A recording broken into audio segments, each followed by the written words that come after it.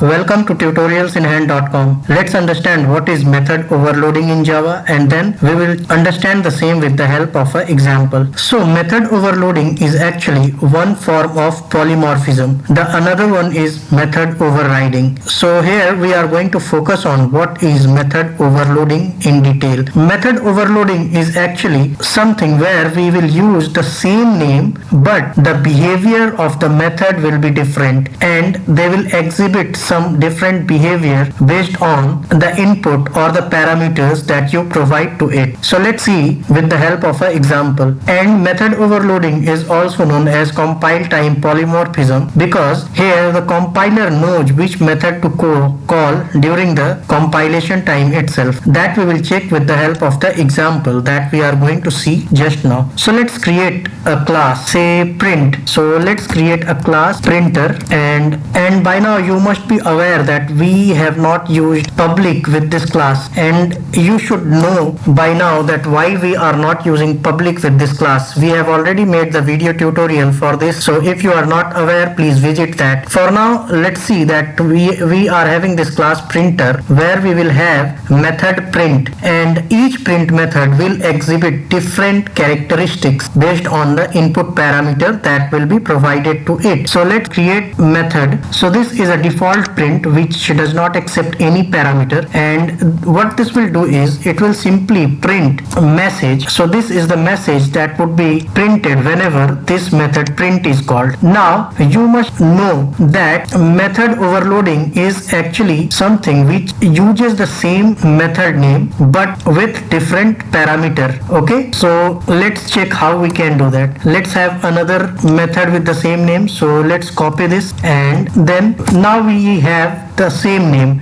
but now you must understand that both cannot be exactly same. That means it's not that you will have a two print default methods as shown over here. There must be some difference. That means it must have different parameters. Now that parameter is, suppose here you pass an integer variable number. Now see, you can have two methods with the same name but with different parameter, and when you do it, it is known as method overloading in Java. Remember this keyword, same name but with different parameter or different parameter data type. That is, if it is int, you can create another one with different data type, that you can have different print method with this data type as double. So then also it will work. For example, here just print this one. So let's print this number, and now you can have another method with the same name but with different data type of the parameter. Exactly it cannot be same, as I have said earlier. If it is same, it will throw compilation error. Now if you change this to double or float or string or char, it all will work. So you need to change this data type and it will work, and it will be known as method overloading in Java. So these two methods which are having the same name and only one parameter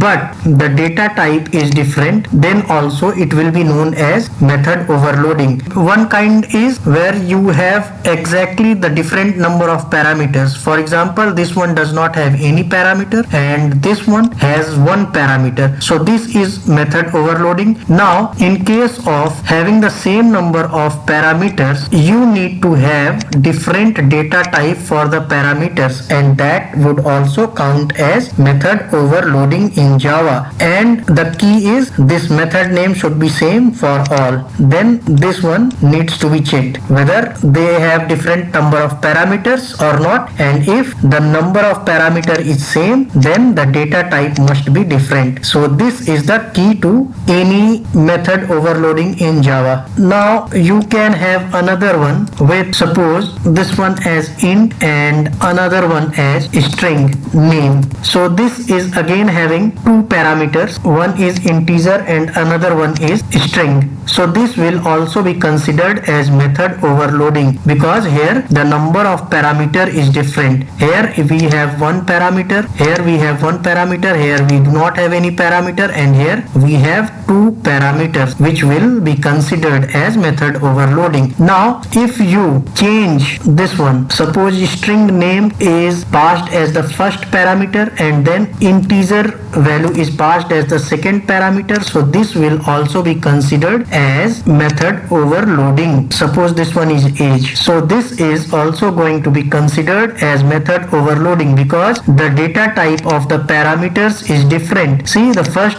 parameter here is of type integer, here the first parameter is of type string, and here the second parameter is of type string, and here the second parameter is of type int. So the data type differs even though there are same number of parameters at this place, but the data type of the parameters at respective position are different, and then it is considered as method overloading in Java. So these are different ways, different combinations that can be created to implement the method overloading in Java. So you can play around with it with 3 parameter, 4 parameter, 5 parameters and so on. Just make this data type different. If you are going to have 2 methods with the same name and same number of parameters, then just make this data type different at any respective position, and that would be considered as method overloading in Java. So let's print here name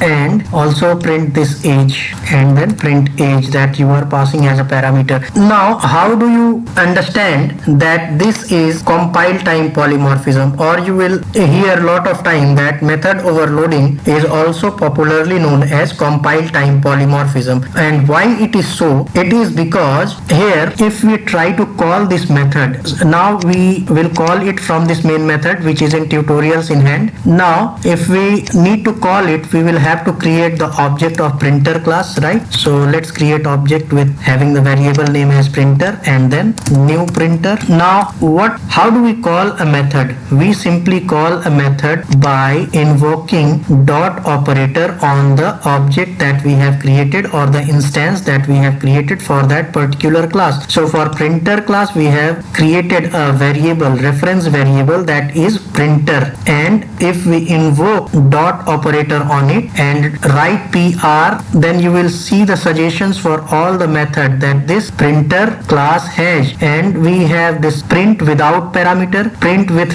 double as a one parameter, print with int as one parameter, print with int and string as 2 parameter, and then print with string and int as 2 parameter. So all are the form of method overloading, right? So here what we are doing, we are going to call the print without any parameter. So you see, we are not executing this code, we are not going to run this code, but still we are aware, or we can say that compiler is aware that which method, which overloaded method is going to get called in this particular line. And if you want to see whether compiler knows it or not, then let's check. Press Ctrl and hover your mouse at this method name print and then click on it. You will see that it will take you to the method that is going to get called. See, it has taken you to this place where it is showing you, or it is pointing that this is the method that would get called, and the body of this method will be executed once this line of code is executed. So let's run and see whether it is getting executed or not. And you see, let's print is getting printed on the console, because here we have only one simple print statement, that is let's print. So that is what is getting printed. So it is known at the compile time which method is going to get called in this particular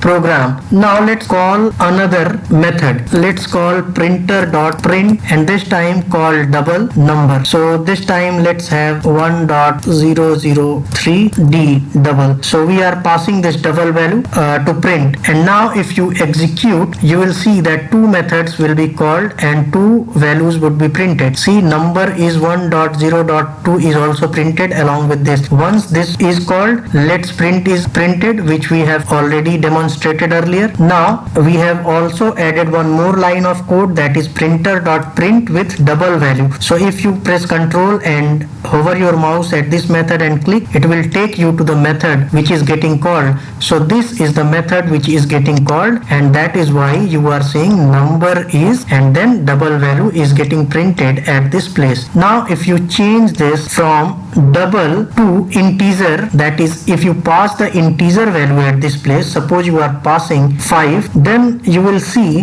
that it will call this time the print method with int parameter. See, if you again press Ctrl, hover your mouse at this place and click it, you will see that this time it is calling you int. Earlier when we passed the double value, you saw that it was calling this double. So this is what method overloading does. It helps you to have the same method name and create the different characteristics for each method. You may have seen in many books that there is a method where you are having add method, number of add methods which accept 1 parameter, 2 parameter, 3 parameter, 4 parameter and then perform addition based on those numbers. So that is also a form of method overloading. In the similar way, I have tried to show you the print one. So this is also a part of method overloading. Similarly, you can call any method. You can call method this one with first parameter as integer and second parameter as name. So let's check this one. First parameter is integer, so 5 is fine. Now if we add one more string with name, suppose TIH, so this time this print is going to get call the method that has first parameter as integer and second parameter is as string. Press Ctrl, click on this method and see the first parameter which is integer and second parameter which has a string as name is going to get called in this particular case. Let's have more space. Now this time this is getting called, right? So if you execute now, you will see that here instead of number is 1.002, you will see this time integer value and name is going to get printed. The number is 5 is only getting printed, okay, because we only have one statement at this place. We are not printing the name, so that is why only number is 5 is getting printed. If you also print name, it will print the name as well. Let's have the name also and print name. This time you see it will print the name as well. See, number is 5 and name is TIH. This is getting printed from this place because we have this time called this method which has the first parameter as integer and second parameter as string. Now reverse this one. We have the first parameter as string and second parameter as integer. So now you can obviously make a choice or guess which one is going to get called. This time it will call the method that has first parameter as string and second parameter as integer, which is this one. Now if you press Ctrl and click on it, it will take you to this method showing that okay, I am getting called. So now if you execute, you will see that this time name will be printed first and age will be printed next. So let's execute this. Now see, name is TIH and age is 5 is going to get printed over here. So this is exactly the important concepts related to method overloading. So these are the different ways you can overload your method by changing the number of parameters, by changing the data types of the parameter. If the number of parameter is same, then you can change the data type as I have shown you over here int, double. You can also change it to string, char, whatever you want, but it should not be exactly same. If you make it exactly same, it will not work because it will create confusion. If you have two methods with the same name and same number of parameter, so suppose if I call from here 1, if I give print 1, then it will get confused, like which one should I call? If it should be print this one or it should be print this one, right? This is really confusing. So it will not be able to understand which is going to get called. So that is why it does not allow you to have two methods with exactly same number of parameter with same data type. If data type is different, it will not have any problem, but if you make the data type also same, it will have the problem. Now in exams you see that a lot of time what happens is they ask you whether method overloading overloading is possible by changing the return type of method or not. So here the return type is void, here also return type is void. So here if we have same number of parameters, so it is not allowing us to overload, right? So can we change this return type and have overloading possible or not? So let's change it to int and see whether it allows or not. See, it will not allow. It will not allow. Here the return type is int. So what is happening is it is returning a value. Instead of printing, it is returning a value. So you need to return here this number. I will return this number that I have got. But this will not allow because this will be treated as duplicate method print integer. Again, the reason is same. It is confusing which one to call. This public void print or a public int print. Which one to call from here? So it is going to the first place, but we also have the method with the same name at this place. So this is why by changing the return type you cannot overload a method. So these are the two important key points, how you can overload the method and what is not overloading. So return type change will not help you to overload the method, right? So let's change it to string or let's change it to double for now and see it will work. Now it will work. Here the issue is you are passing the number as double and then you are returning